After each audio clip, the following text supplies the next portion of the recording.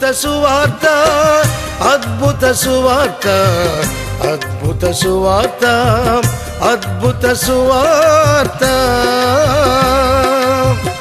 అద్భుత సువార్త, అద్భుత సువార్త, అద్భుత సువార్త, అద్భుత సువార్త. క్రీస్తునందు అత్యంత ప్రియమైన అద్భుత సువార్త టీవీ ప్రేక్షకులందరికీ మన రక్షకుడు యేసుక్రీస్తు ప్రభు వారి ఘనమైన నామములో మీకు అందరికీ శుభాభివందనాలు తెలియజేస్తున్నాను.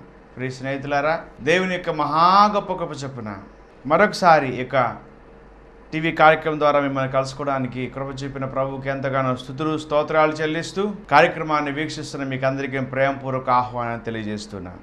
ఈ సమయంలో దేవుని యొక్క వాక్య భాగంలో నుంచి యోహాను సువార్త 15వ అధ్యాయం 1 నుండి 8 వచ్చినటువంటి లేఖన భాగాన్ని చదువుకుందాం. నేను నిజమైన ద్రాక్షావల్లిని, నా తండ్రి వ్యవసాయకుడు. నాలో ఫలింపని ప్రతి తీగను ఆయన తీసి పారవేయును. ఫలించే ప్రతి తీగ మరి ఎక్కువగా ఫలించవలని దానిలోని పనికిరాని తీగలను తీసివేయను. నేను మీతో చెప్పిన మాటను బట్టి మీరు ఇప్పుడు పవిత్రులై ఉన్నారు. నా యందు నిలిచి ఉండి మీ యందు నేను నిలిచి ఉందును. తీగ ద్రాక్షవల్లిలో నిలిచి ఉంటేనే కానీ తనంతట తానే ఎలాగ ఫలించదో అలాగే నా యందు నిలిచి ఉంటేనే కానీ మీరును ఫలించరు. ద్రాక్షవల్లిని నేను, తీగలు మీరు. ఎవడు నా యందు నిలిచి ఉండునో, నేను ఎవని యందు నిలిచి ఉందునో వాడు బహుగా ఫలించును. నాకు వేరుగా ఉండి మీరు ఏమీ చేయలేరు. ఎవడైనా నా యందు నిలిచి ఉండని ఎడలా వాడు తీగవలే బయట పారవేయబడి ఎండిపోవును. మనుషులట్టి వాడిని పోగు చేసి అగ్నిలో పారవేతురు, అవి కాలిపోవును. నా యందు మీరును, మీ యందు నా మాట నిలిచి ఉండిన ఎడలా మీకు ఏది ఇష్టం అడుగుడి, అది మీకు అనుగ్రహించబడును.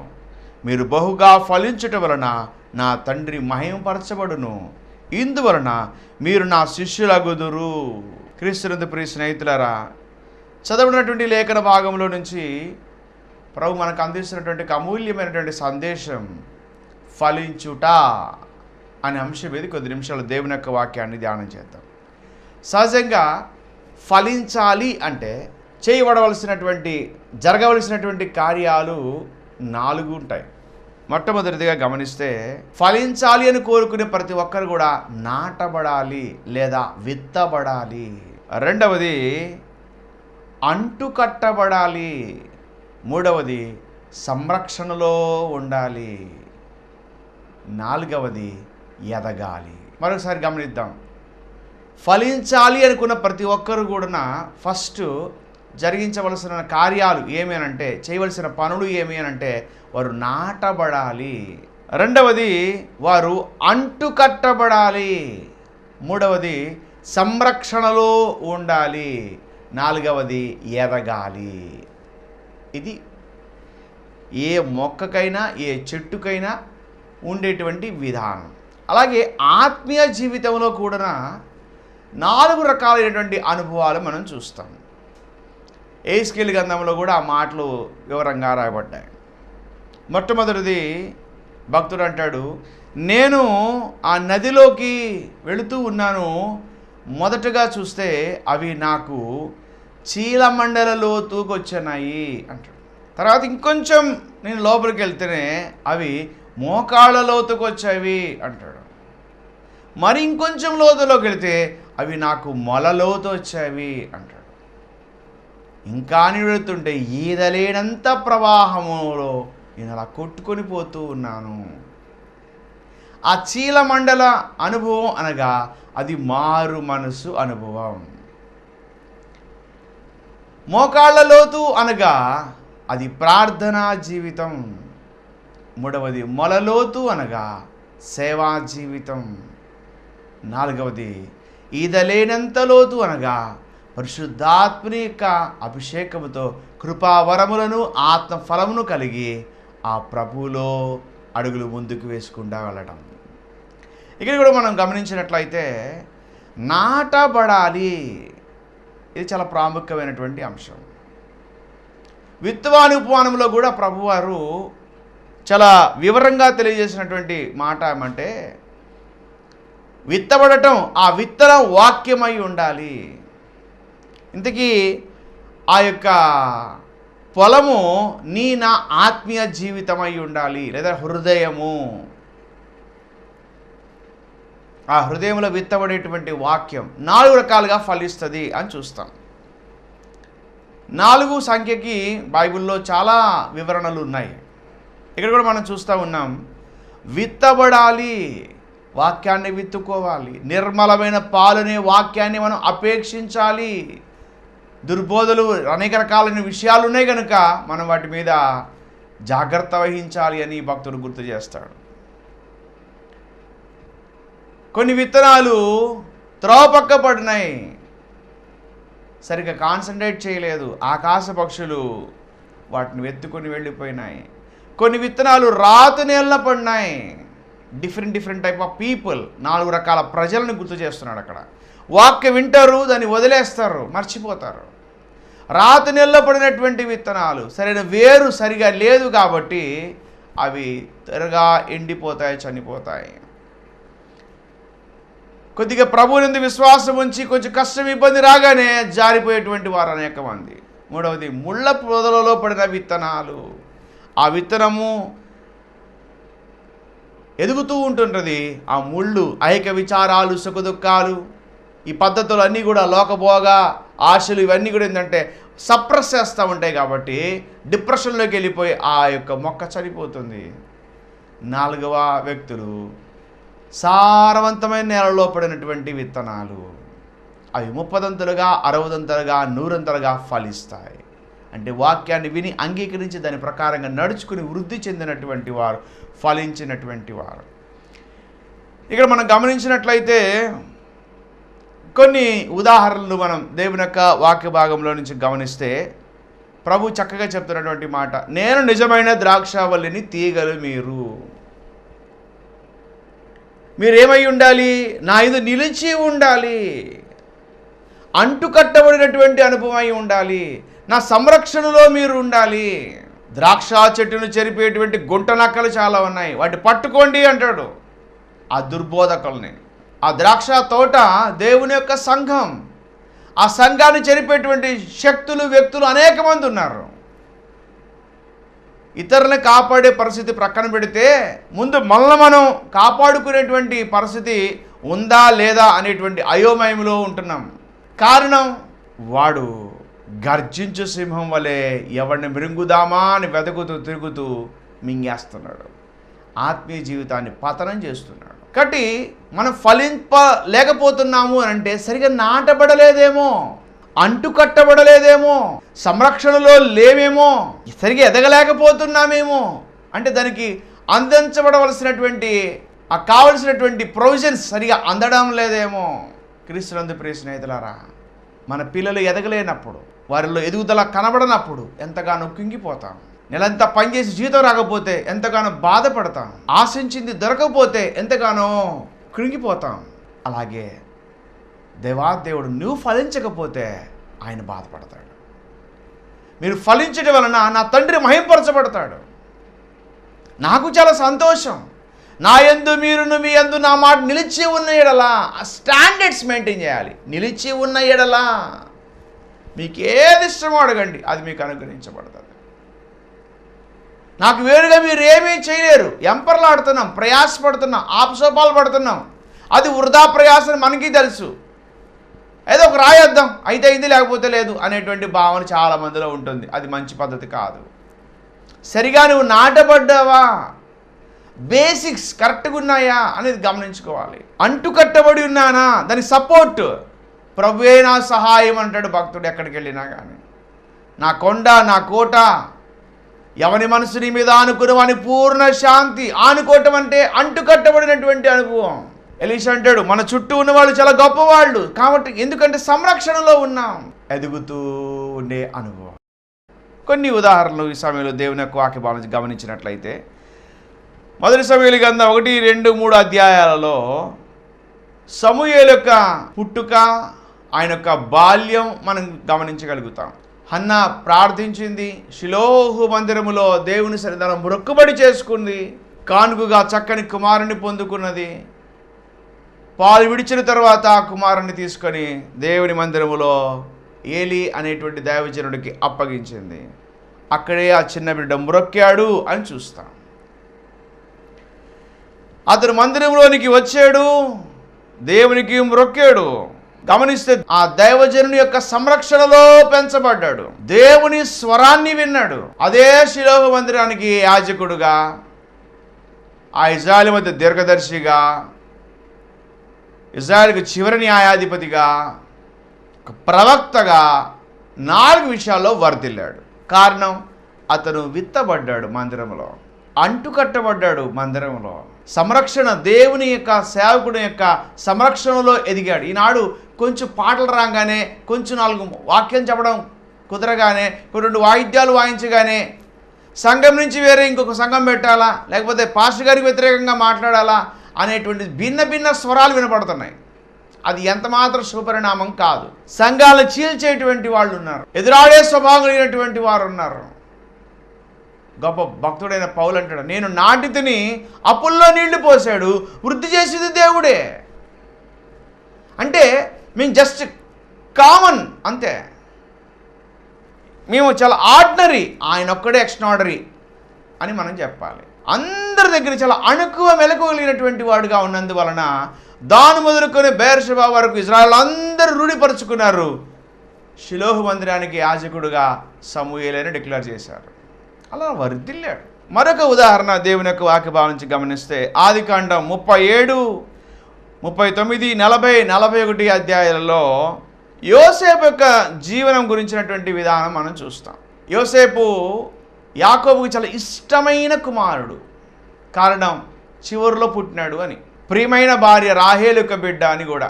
ఇక్కడ గమనిస్తే తండ్రి చాలా శుద్ధ బుద్ధులు నేర్పించాడు. తండ్రి దైవికమైన క్రమాన్ని నేర్పించకపోతే యోసేపు ఫలించేవాడు కాదు. తల్లిదండ్రులు దగ్గర కూర్చోబెట్టుకొని దేవుని యొక్క మాటలని, దేవుని ఉద్దేశాలని, ఆయన ఆజ్ఞలను, ఆయన విధులను పిల్లలకి చెప్పకపోతే వాళ్ళకి ఎలా అర్థమవుతుంది? సండే స్కూల్కి వెళ్ళి నేర్చుకోండి అంటారు వాళ్ళు. ఒక అరగంట గంటలో వాళ్ళు ఏం నేర్చుకుంటారు? మీరు కూర్చున్నప్పుడు, మీరు లేచినప్పుడు, మీరు పండుకునేటప్పుడు, మీరు మాట్లాడుకునేటప్పుడు దేవుని వాక్య సంభాషణ బిడ్డలతో మాట్లాడుతూ ఉండండి. తప్పకుండా వాళ్ళు ఎదుగుతారు దేవుని యొక్క వాక్యంలో. ప్రార్థించడం, ప్రార్థనా బలిపీఠం, కుటుంబ ప్రార్థనా బలిపీఠాన్ని ఏర్పాటు చేసుకోనండి. ఆ పిల్లల్ని ఎంకరేజ్ చేయండి, ప్రోత్సహించండి దైవికంగా. తప్పక వారు ఫలిస్తారు. ఇక్కడ గమనించినట్లయితే యోసేపు జీవితం మనకి ఎంతో ఆశీర్వాదకరమైనటువంటిది. యోసేపు తండ్రి సంరక్షణలో ఉన్నాడు. అంతేకాకుండా మోరల్ వాల్యూస్, నైతిక విలువలతో అతను ఎదిగాడు.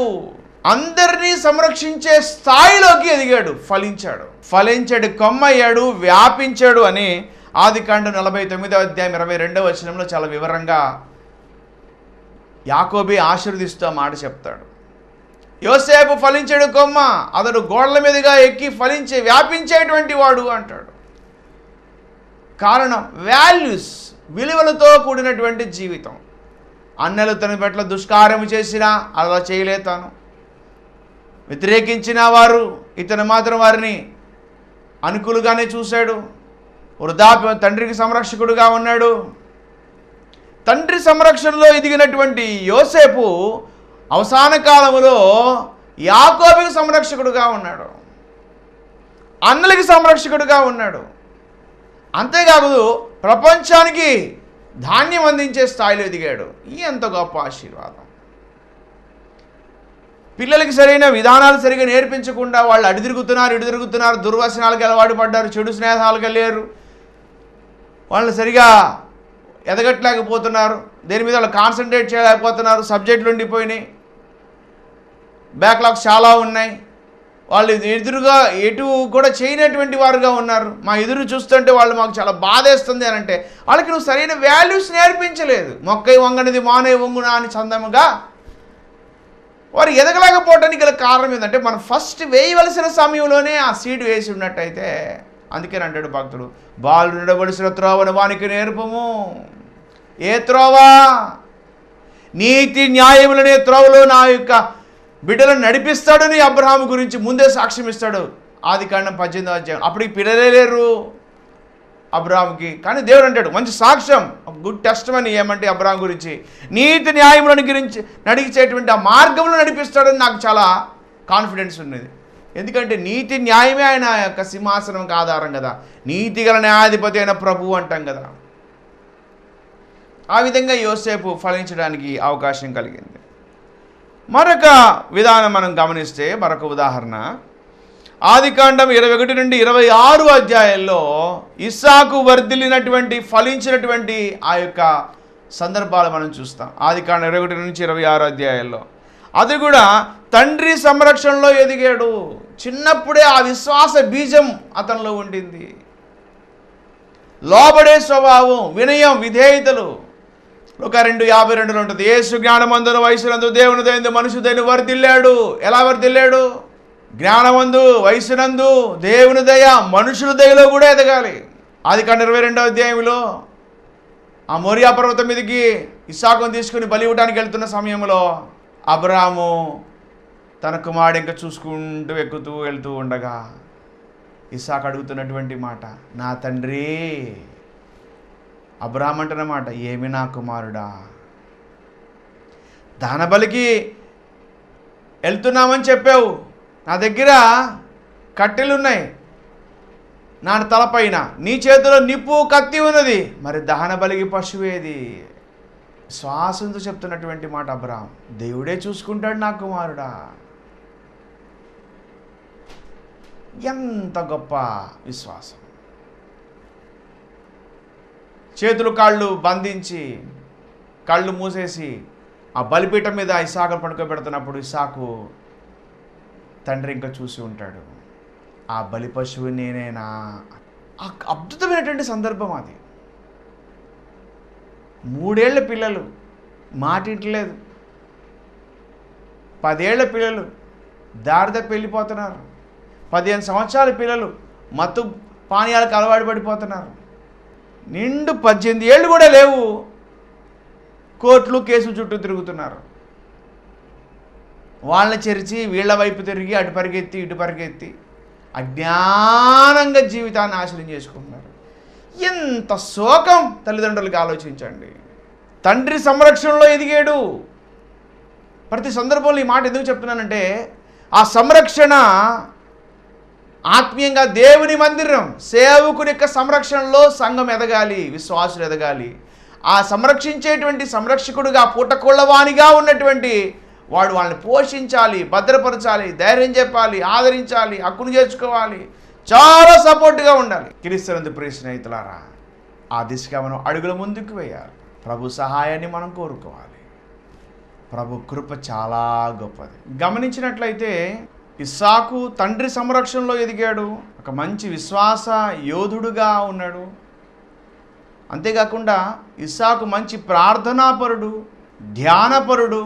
ఇంకా చెప్పాలంటే అతను చాలా సౌమ్యుడు, సాఫ్ట్ కార్నర్. ఎందుకంటే ఫిలిస్తీన్ల అసూయ చేత తండ్రి తవ్వించినటువంటి బావులను వారు పూడ్చినప్పటికీ వారిని ఏమనకుండా మరలా బావులు తవ్వించడానికి అతను ప్రయత్నం చేస్తాడు, దానిలో సఫలమవుతాడు.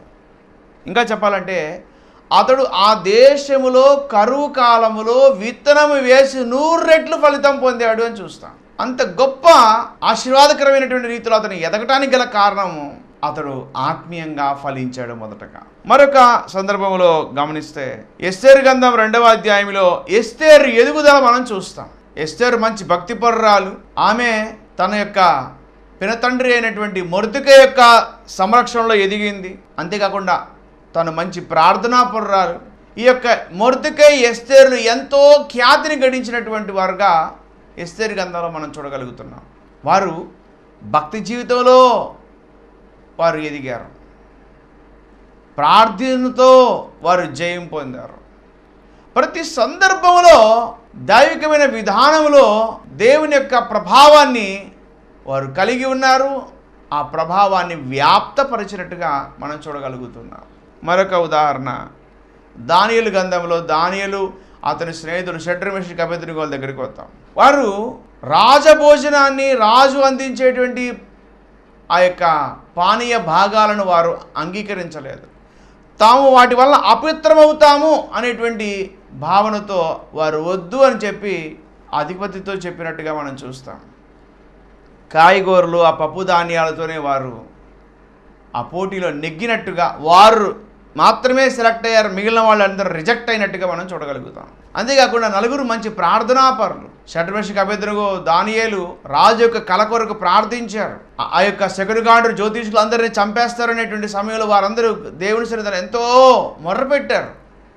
అంటే అనేక మంది నాశనం కాకుండా కూడా వీరు ప్రార్థన ద్వారా దేవుని యొక్క హృదయాన్ని కలిగి ఆశీర్వాదకరమైన రీతిగా వారు ముందుకు కొనసాగినట్టుగా మనం చూడగలుగుతున్నాం.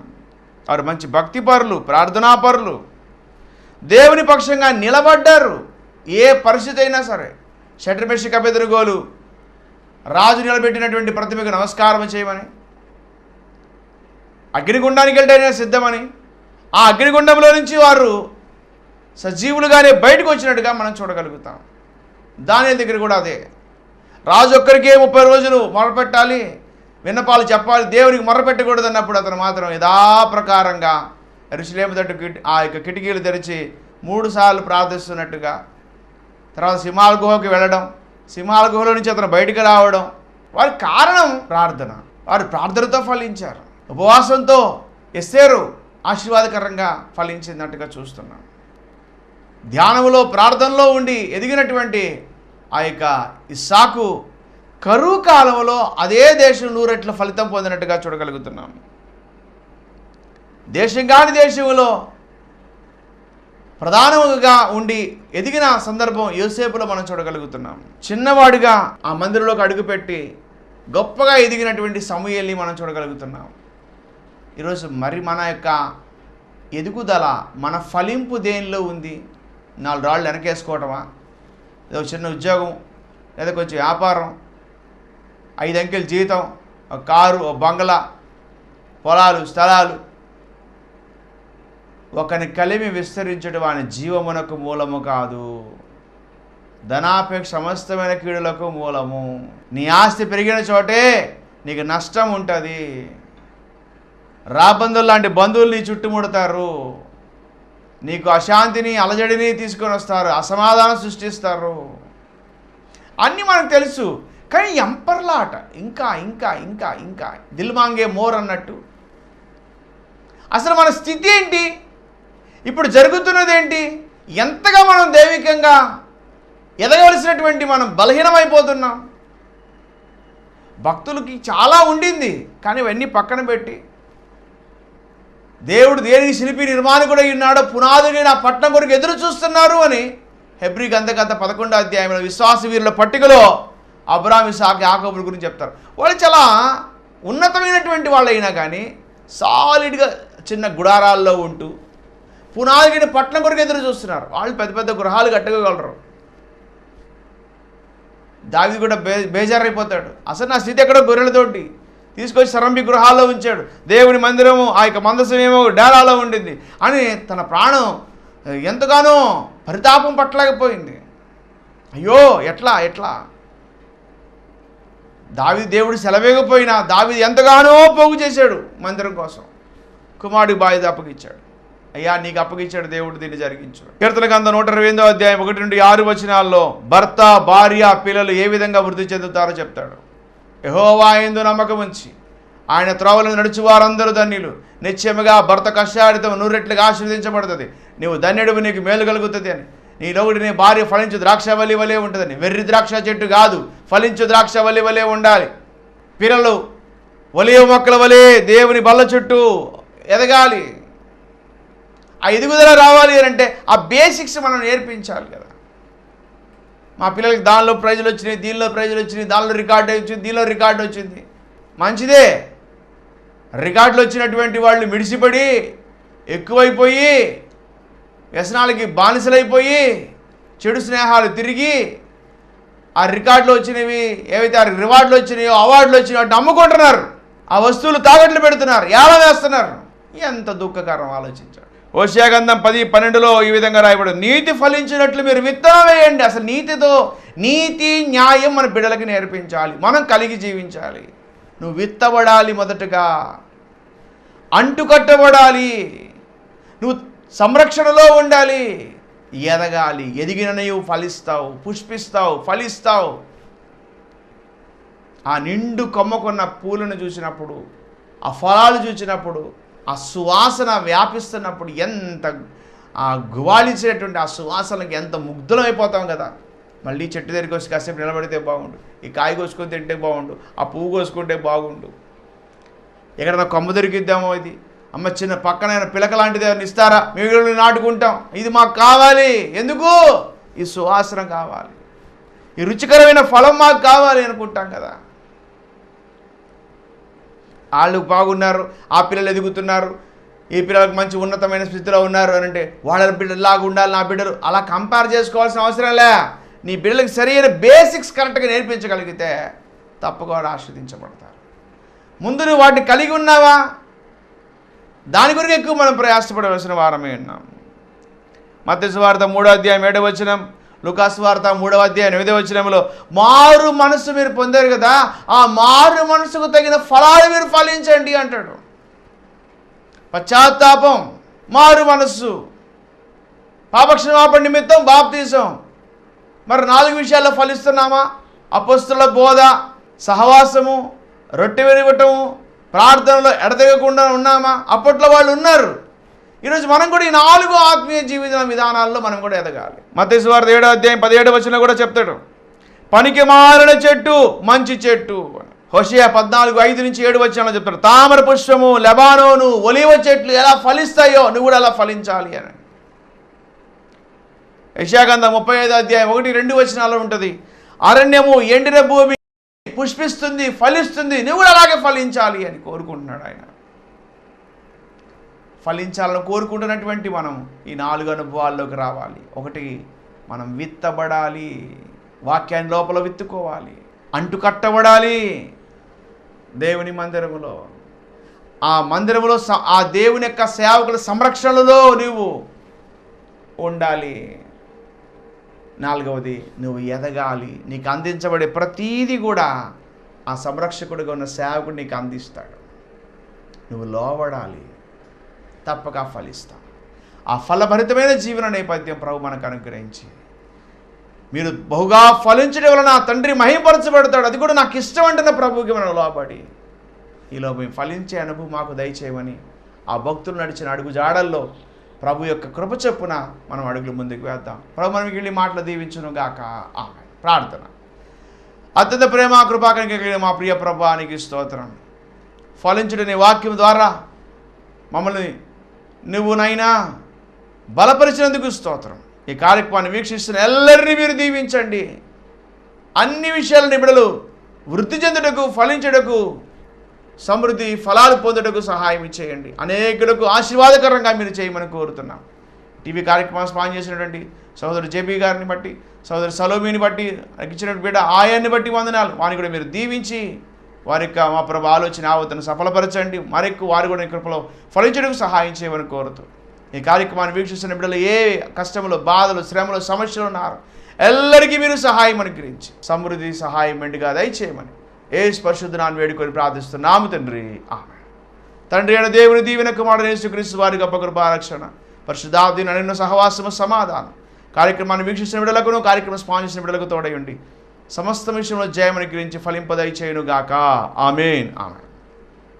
Praise the Lord. అద్భుత సువార్త, అద్భుత సువార్త, అద్భుత సువార్త, అద్భుత సువార్త, అద్భుత సువార్త, అద్భుత సువార్త, అద్భుత సువార్త, అద్భుత సువార్త.